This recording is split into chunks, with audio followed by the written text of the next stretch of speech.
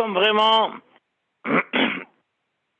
Donc là, nous basculons déjà presque en Israël. Ça y est, en France, il fait encore plein jour, mais on bascule déjà dans Rosh Chodesh Sivan et on commence la dernière ligne droite pour l'événement le plus fantastique que l'histoire n'a jamais connu. Plus encore que la création du monde, plus encore que la sortie d'Égypte, plus encore que l'ouverture de la mer Rouge, Matan Torah.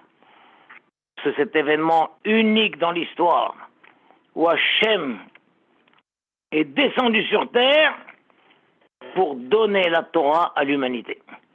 Cette Torah qui existait déjà dans le ciel depuis des centaines de générations, et à quel moment se jouait seul avec la Torah. Il jouait avec la Torah, et un jour Hachem a décidé de donner la Torah à l'humanité. C'est pourquoi il a créé un monde, il a créé l'humanité pour leur donner la Torah. Incroyable, c'est quelque chose d'incroyable quand on imagine. Que aurait pu garder la Torah pour lui tout seul? Non, il a désiré la partager. Et il faut savoir qu'Hachem voulait donner la Torah à toute l'humanité, pas simplement au peuple juif. Et quand il est allé interroger chaque nation les unes après les autres, chacune ont décliné l'invitation. Ils ont posé des questions. Qu'est-ce qui a manqué dans cette Torah? Il ne faut pas tuer. Ah non, nous on tue, on ne veut pas. Et les autres, il y a marqué qu'il ne faut pas voler. Ah non, nous on vole, on ne veut pas. Et les autres, il ne faut pas avoir une vie immorale et tout. Ah non, nous on a une vie, on ne veut pas. Et comme ça, les nations, les unes après les autres, ont rejeté la Torah. Ont refusé la Torah. Et la dernière nation chez qui Hachem est arrivé est une extrémiste. Parce que si cette dernière nation n'avait pas accepté, le monde serait retourné au tohu-bohu. Tel qu'un le Passouk dit dans la création du monde, à chaque jour il est marqué Bayerev Vayoker Yom Ehad, Bayerev Vayoker Yom Sheni, Bayerev Vayoker Yom Shishi. Donc ce fut le soir le matin, le jour 1. Ce fut le soir le matin, le jour 2. Ce fut le soir le matin, le jour 3. Bayerev Vayoker Yom Revi'i, le jour 4. Bayerev Vayoker Yom Hamishi, le jour 5. Bayerev Vayoker Yom HaShishi. Il n'y a pas marqué Yom Shishi. Yom HaShishi. Ce que nous lisons dans le Kiddush du vendredi soir, Yom HaShishi, Baïchoulou HaShamayim Ha'arez Vechol Zebaham, Yom HaShishi, le 6e jour. Pourquoi? Parce qu'Akadosh Baruch Hu a dit à toute la création, voilà, je vous ai créé, mais vous restez en suspens, jusqu'au 6e jour. Quel 6e jour? Le Shishi Besivan, jusqu'au 6 Sivan. Lorsque je vais proposer ma Torah à l'humanité, s'il l'accepte, alors le monde sera stabilisé. S'il le refuse, le monde retourne au tohu bohu. Et c'est marqué dans le Teilim, le passage qui dit Eretz Yar'a Veshakata. La terre avait peur et elle s'est calmée. Alors la Gemara dit, si elle avait peur, pourquoi elle s'est calmée? Si elle s'est calmée, pourquoi elle avait peur? En fait, la terre avait peur depuis la création jusqu'à ce fameux 6 Sivan 2448. La terre tremblait. Il y avait des vibrations. Comme quand on marche, il y a le métro qui passe sous nos pieds, brrr, on sent des vibrations qui tremblent. Eh bien, la terre, elle tremblait. Peut-être même à cause de ça, il y a eu des fissures peut-être dans le souterrain, et c'est peut-être pour ça qu'il y a des tremblements de terre, etc. On va savoir. En tout cas, la terre, elle tremblait. Et quand l'humanité a refusé, les uns après les autres, le tremblement est devenu encore plus fort. Et quand on est arrivé au dernier peuple qui était sollicité, le clan Israël, et le clan Israël a répondu, bien sûr qu'on va la faire, Na'aseh benishma. À ce moment-là, Shakata, il y a eu un grand calme dans l'humanité. La terre s'est apaisée. C'est comme quand il y a beaucoup de bruit, il y a des moteurs et tout d'un coup, on éteint tous les moteurs et on dit, oh, il y a un calme. La terre, elle a connu un calme plat, une tranquillité. La terre, elle a soufflé, la terre était sauvée.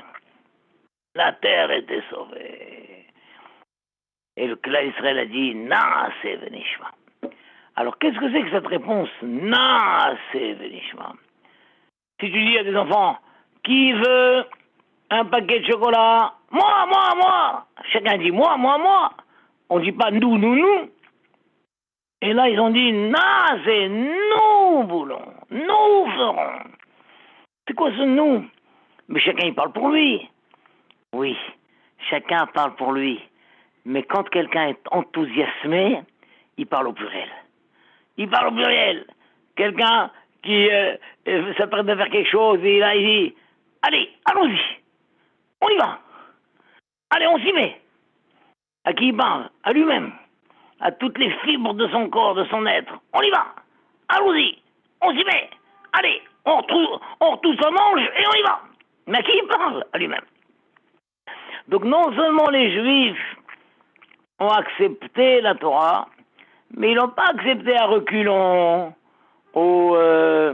à contre-cœur. Non, c'est bien sûr qu'on l'a fait, mais avec quel enthousiasme! Oui, nous verrons! Chacun a parlé au pluriel. Chacun a parlé au pluriel parce que ce sont toutes les fibres de son être qui ont crié. Naasé, avec joie, avec zèle, avec entrain. Naasé, avec cœur. Nous ferons. Et il n'y a que ça qui dépend d'eux. Après le Vénishma, nous comprendrons. Ça ne dépend pas d'eux, ça. C'est Hachem. Donc pourquoi ils ont rajouté Vénishma? Nous ferons. Dans Vénishma, ils n'ont rien à faire. Mais ils ont compris que la Torah qu'Hachem nous donne, il y a des secrets profonds. Donc bien sûr que d'abord, il faut nous expliquer comment faire. Après, on fait.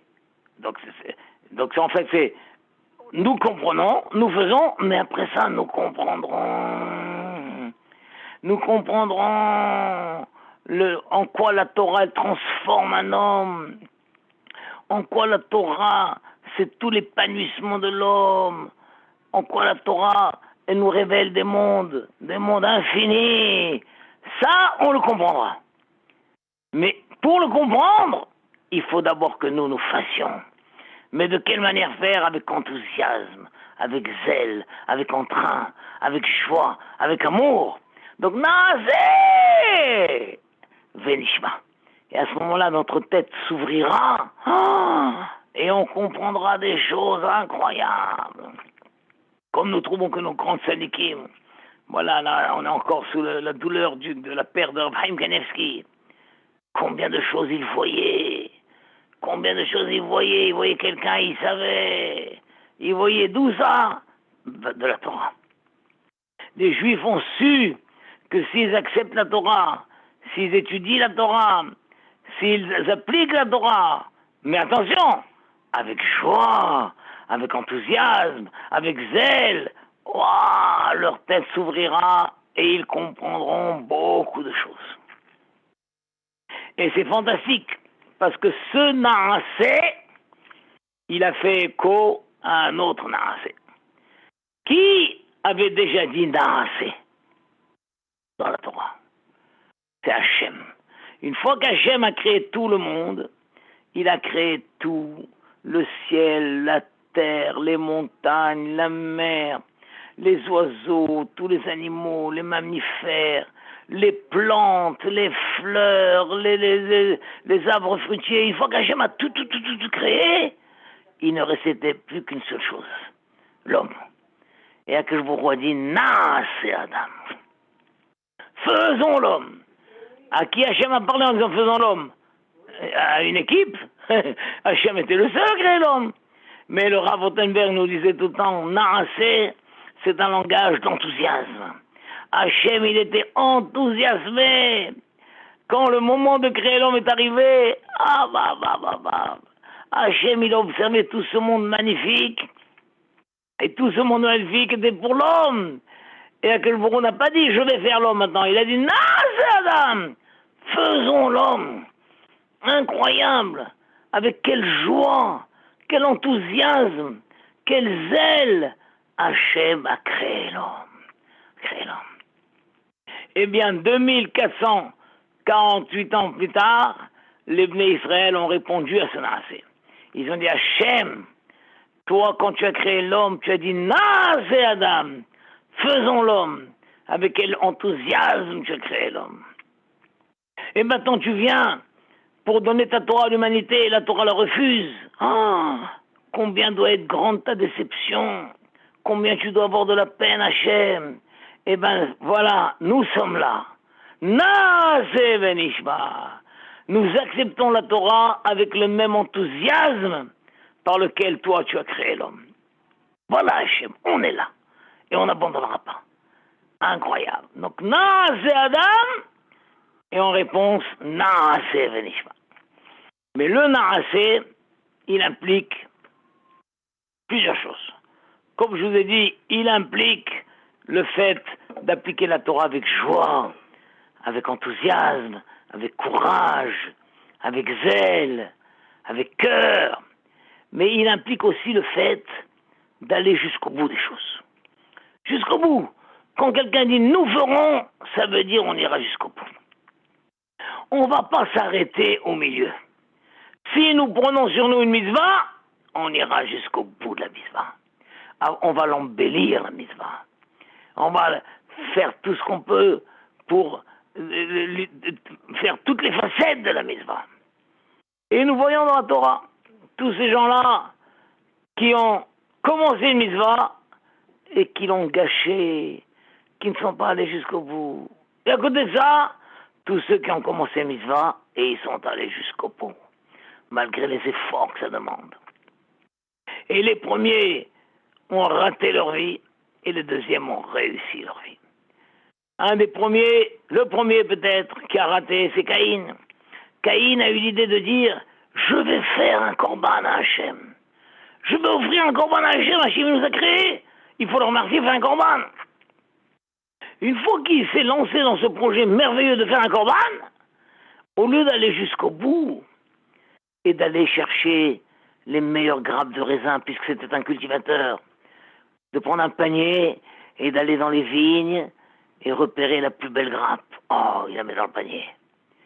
Et il va dans les arbres, il repère la plus belle grenade. Oh, il la met dans le panier. Il continue sa promenade, il repère les plus belles figues. Ah, il les met dans le panier. Et il continue, et là à droite il voit des très belles olives dans l'olivier. Ah, il les met dans le panier. Et il continue, waouh, ces dattes merveilleuses. Ah, il les met dans le panier. Et il va dans les champs, il voit ses épis de blé. Ah, il prend les plus beaux épis de blé chargés de grains. Hop, il les coupe, il les met dans le panier. Et après il va dans le champ d'à côté, il voit les épis d'orge. Pareil, chargés de grains et tout. Il coupe, il met dans. Et il fait un beau panier. Il fait un beau panier pour l'offrir à Hachem. Voilà Hachem, je t'ai offert les plus beaux produits de ma production. Mais au lieu de faire ça, il s'est contenté de ramasser toutes les feuilles mortes, les ronces, les épines. Il a fait un grand tas et il a dit à Hachem, voilà, accepte ce korban que je t'offre. Il a levé la tête, il attendait une réaction d'Hachem, il ne s'est rien passé. Il ne s'est rien passé. Il dit, mais qu'est-ce qui se passe? Son frère lui a dit, qu'est-ce que tu fais, mon frère? Il dit, ben, j'offre un korban à Hachem, Hachem n'accepte pas. Waouh, quelle bonne idée! Moi aussi, je veux faire un korban. Et comme lui était un berger, il est allé dans son troupeau et il a vérifié mouton par mouton, mouton par mouton, mouton par mouton, jusqu'à ce qu'il a sélectionné le plus beau mouton, le plus gras, le plus blanc, sans aucun défaut. Il a fait la shrita, il a dit à Hachem, il a construit un misbéach, il a fait la shrita, il a dit à Hachem, accepte ce korban que je t'offre. Waouh! Et à ce moment-là, un feu descendu du ciel et a consumé le korban. Alors Caïn, il regardait ça, il comprenait rien. Il disait, mais c'est quoi cette histoire? C'est mon idée, je suis le premier. Et sa tête est tombée, c'est marqué, sa tête est tombée. Hachem lui a dit, pourquoi ta tête est tombée? Il dit, c'est normal, c'est mon idée, et moi tu m'as pas accepté, et ce copieur, tu as accepté son corban. Hachem lui a dit, ben regarde, tu es un grand homme, Caïn. Mais tu as oublié que les Sahara est à la porte. Une fois que tu as eu cette idée merveilleuse de faire un corban, le Sahara est venu, il t'a gâché ton idée. Au lieu de m'offrir tes plus beaux fruits, tu m'as offert des feuilles mortes, des ronces, des épines. La prochaine fois, tu iras jusqu'au bout de ton idée. Moi, c'est ça que je veux. Naasé, c'est avec enthousiasme et j'irai jusqu'au bout. Ça n'a servi à rien. Il n'avait plus qu'une seule idée, c'est de tuer son frère. Pourquoi? Parce qu'il a son frère, c'est ta faute. C'est toi le coupable. Pourquoi? Ta faute. Et de là, on apprend une chose incroyable. Que toutes les personnes qui ne vont pas jusqu'au bout et qui donc n'éprouvent pas la joie de la réussite, la joie du succès, ils mettent la faute sur les autres. C'est ta faute. C'est à cause de toi. Mais qu'est-ce que j'ai fait? C'est donc... Oui, c'est à cause de toi qu'Hachem n'a pas accepté mon combat. Mais pas du tout. C'est à cause de toi. Non, c'est à cause de toi. Et c'est comme ça que la plupart des gens dans l'humanité sont en échec. Parce qu'ils ne vont pas jusqu'au bout de ce à quoi ils se sont engagés. Et au lieu d'assumer leurs responsabilités, ils accusent les autres. C'est à cause du patron, c'est à cause de mes parents, c'est à cause de ma femme, c'est à cause de ça, ils accusent les autres. À côté de ça, nous voyons une petite fille, Rivka. Quand Eliezer lui a dit, je peux boire de ta cruche, elle lui a dit, bien sûr, buvez, et je verserai le reste de la cruche au chameau. Mais une fois qu'elle a versé le reste de la cruche au chameau, elle a levé les yeux, elle a vu qu'il y avait 10 chameaux. Et chaque chameau, il boit 100 litres. Elle s'est dit, waouh, je m'étais engagé à donner le reste au chameau, mais c'est trop peu. Et donc elle a rajouté, elle a dit, et je vais puiser jusqu'à ce que tous les chameaux aient bu. Donc elle a dû puiser 100 fois devant les yeux ébahis de Eliezer. Elle lui a pas demandé, vous pouvez pas m'aider? Non. Elle s'est engagée, elle ira jusqu'au bout. Elle a dit, je donnerai à boire aux chameaux. Elle a levé les yeux, elle a vu qu'il y avait 10 chameaux. Et chaque chameau boit 100 litres. Il faut puiser peut-être plus de 100 fois. Elle le fera. Elle ira jusqu'au bout. Et elle a fait. Et Eliezer, il était subjugué, épaté, étonné. Une fois qu'elle a fait ça, il lui a même pas demandé son nom, il lui a donné les bijoux. Après qu'il lui a donné les bijoux, il a dit, comment tu t'appelles, petite fille? Elle dit, je m'appelle Rivka Bat Bethuel. Ah, merci Hachem de m'avoir mené dès le premier coup dans la maison, la famille de mon maître. Ah, merci Hachem. Mais quand il a raconté l'histoire, il a inversé. Il a dit, je lui ai demandé son nom. Elle m'a dit qu'elle s'appelle Rivka. Ah, j'ai remercié Hachem de m'avoir mené dans la famille de mon maître. Et à ce moment-là, je lui ai donné les bijoux. Parce que s'il avait raconté qu'il a donné les bijoux avant même de savoir qui elle est, il aurait dit, mais dis-moi, tu dilapides l'argent de ton maître? C'est quoi ces manières-là? C'est pourquoi il a dit, j'ai demandé comment elle s'appelle. Une fois qu'elle m'a dit qu'elle s'appelle Rivka, j'ai donné les bijoux. Mais entre nous, mais pourquoi il a fait comme ça? Pourquoi il lui a donné des bijoux avant de savoir qui elle est? La réponse est dans ce qu'on a dit. Quand tu vois quelqu'un qui a un tel enthousiasme, quelqu'un qui s'engage à faire, et une fois qu'il s'est engagé à faire, il va jusqu'au bout, même si ça dépasse ses forces. On a affaire à une petite fille de 3 ans. Elle est allée jusqu'au bout, elle a dû terminer épuisée. Quand tu vois quelqu'un comme ça, tu peux lui donner les bijoux, avant même de savoir qui c'est. Parce que tu peux miser dessus. Et comme ça, toute la lecture de la Torah nous montre ceux qui avaient des principes et sont allés jusqu'au bout, et ceux qui ne sont pas jusqu'au bout. Elles savent. C'était un homme, son principe c'était tout pour mes parents. Tout pour mes parents. Mes parents avant tout. Le roi du Kibboutz, mes parents avant tout. Mais là on voit que la limite a été atteinte. Quand son père lui a dit, je t'en prie mon fils, va chasser du gibier, tu me prépares un bon repas pour que je te bénisse avant de quitter ce monde. Mais je t'en prie, va loin dans la forêt pour ne pas prendre un animal qui risque d'appartenir à quelqu'un. Oui papa, oui papa, oui papa. Et Esav s'est dit, bon, je vais tout faire pour essayer de trouver un animal dans la forêt, mais si je ne trouve pas, j'irai voler un mouton.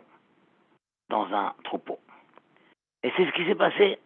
Ce jour-là, la chasse n'a pas marché. Et alors, Esav est revenu sur ses pas avec l'intention de rentrer dans un troupeau pour voler un mouton. Et sur le chemin, il a trouvé un chien mort, le Midrash dit. Un chien mort. Il a dit, ah bah ça fera bien l'affaire. Il a pris le chien, il l'a nettoyé, et il a mis beaucoup d'épices pour lui enlever de mauvaise odeur. Je ne sais pas ce qu'il a fait. Il a cuit et il a apporté sur un plateau à son père ce chien mort qu'il avait cuisiné. Et il lui a dit, voilà mon père, mange de ce bon repas que ton fils t'a préparé. Ah, wow. Est-ce que notre père Yitzhak a mangé du chien mort? Bien sûr que non, puisqu'il avait déjà mangé avant le plat de Yaakov. Et Yitzhak lui a dit, ah mais mon fils, j'ai déjà mangé. Qui est donc celui qui m'a préparé un festin? Je l'ai déjà béni. Qu'il soit béni. Parce que Yitzhak a senti à ce moment-là que ce plat qu'il lui a amené, c'était du chien. On est compte. Et ça, toi, tu es le champion du kibbutz Avim. Toi, tu dis tout pour mes parents, tout pour mes parents, tout pour mes parents. Mais dès que ça t'arrange pas, dès que tu as un problème, tu renonces à tout, tu vas pas jusqu'au bout, et tu donnes du chien mort à ton père. Voilà. Un deuxième exemple de quelqu'un qui a raté, qui a gâché sa vie. Parce qu'il n'a pas dit naasé. Naasé, c'est je fais, avec enthousiasme, avec joie, avec zèle, et j'irai jusqu'au bout. Avec amour, j'irai jusqu'au bout, même quand c'est dur, j'irai jusqu'au bout. Et comme ça, toute la Torah. Il y a Abraham Avinu, le 3e jour de la Brit Mila. Abraham Avinu, sa mitzvah, c'est d'accueillir les gens. Le 3e jour de la Brit Mila, il fait tellement chaud qu'Hachem a fait exprès qu'il fasse très chaud pour que les gens ne sortent pas. Il n'y avait pas d'invités. Et Abraham, il souffrait, il dit, Hachem lui a dit, tu as mal? Oui, mais tu verras, ça va cicatriser. Mais c'est pas de ça que j'ai mal. J'ai mal qu'il n'y ait pas d'invité. C'est ça qui me fait encore plus mal que la cicatrisation. Et alors Hachem lui a envoyé vite en urgence, les 3 anges sous forme humaine. Et la Torah nous raconte avec quel détail, quelle minutie il les a reçus. D'abord, prenez une bassine d'eau et trempez vos pieds, reposez vos pieds et nettoyez les pieds du sable qui se trouve. Et en attendant qu'on prépare le repas, voilà un bon verre de lait avec quelques petites tartines beurrées. Et le repas sera très vite préparé. Vite, il aura donné de la langue. Pourquoi la langue? Parce que la langue, c'est le plus rapide.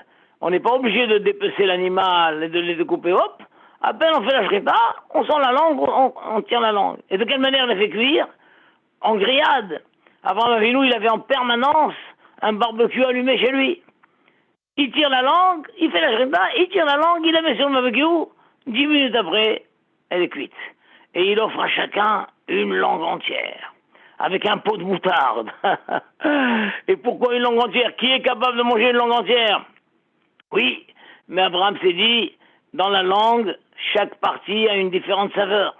Comme dans le poulet, il y en a qui préfèrent le blanc, il y en a qui préfèrent l'aile, il y en a qui préfèrent la cuisse, il y en a qui préfèrent ça. Alors, il leur a dit, voilà, moi je vous donne une langue par personne. Et chacun mangera les parties qu'il aime. Et vous laisserez le reste, ne vous inquiétez pas. Vous vous rendez compte? Et comme ça, et comme ça. Quelle minutie. Et tout ça le 3e jour d'Abrit Mila, le jour qui fait le plus mal. On comprend pourquoi Abraham a réussi sa vie. Donc c'est ça que les Bnei Israël ont dit, Hachem, nous acceptons la Torah avec joie, avec enthousiasme, avec élan, avec entrain. Ah là là, Naasé! Nous la ferons. Et nous la ferons pas à contre-cœur, pas à demi, nous la ferons jusqu'au bout. Chaque mitzvah, on ira jusqu'au bout, on l'embellira. C'est ça toute l'idée du hidur mitzvah, embellir la mitzvah. On va pas se contenter de garder Shabbat, on va embellir le Shabbat. On va mettre des belles tables, des belles nappes, des belles serviettes, des beaux couverts, des belles assiettes. Ah, on va embellir, des belles chaises. Chaque fois qu'on peut avoir un peu d'argent et acheter quelque chose par lequel on va embellir notre Shabbat, on va le faire. Et on va acheter des beaux chandeliers, Et la fois d'après, on va acheter des belles bouteilles en argent ou en verre. Et la fois d'après, on va acheter ceci, on va acheter ceci. À chaque fois, c'est ça notre seule idée, c'est comment honorer le Shabbat, comment embellir le Shabbat. Et comme ça pour toutes les autres. Tout ça a été contenu dans le Naasé. Voilà, Be'ezrat Hashem, à chaque année, l'humanité revient à ce moment. Et donc, Be'ezrat Hashem, dimanche, et en Chouzaveres, il y a 2 jours, dimanche et lundi, chacun, dans l'intimité de son cœur, criera Naasé Venishma. Nous ferons la Torah avec zèle, avec courage, avec joie, Be'ezrat Hashem. Voilà, c'est ce que je vous souhaite. Bracha ve'atzlacha, mes chers amis. Chag Merci Sameach. beaucoup, Chag Sameach. Chag Sameach, Chag Sameach. À bientôt, mes chers À amis. bientôt. Au Au revoir. revoir. Kol tov.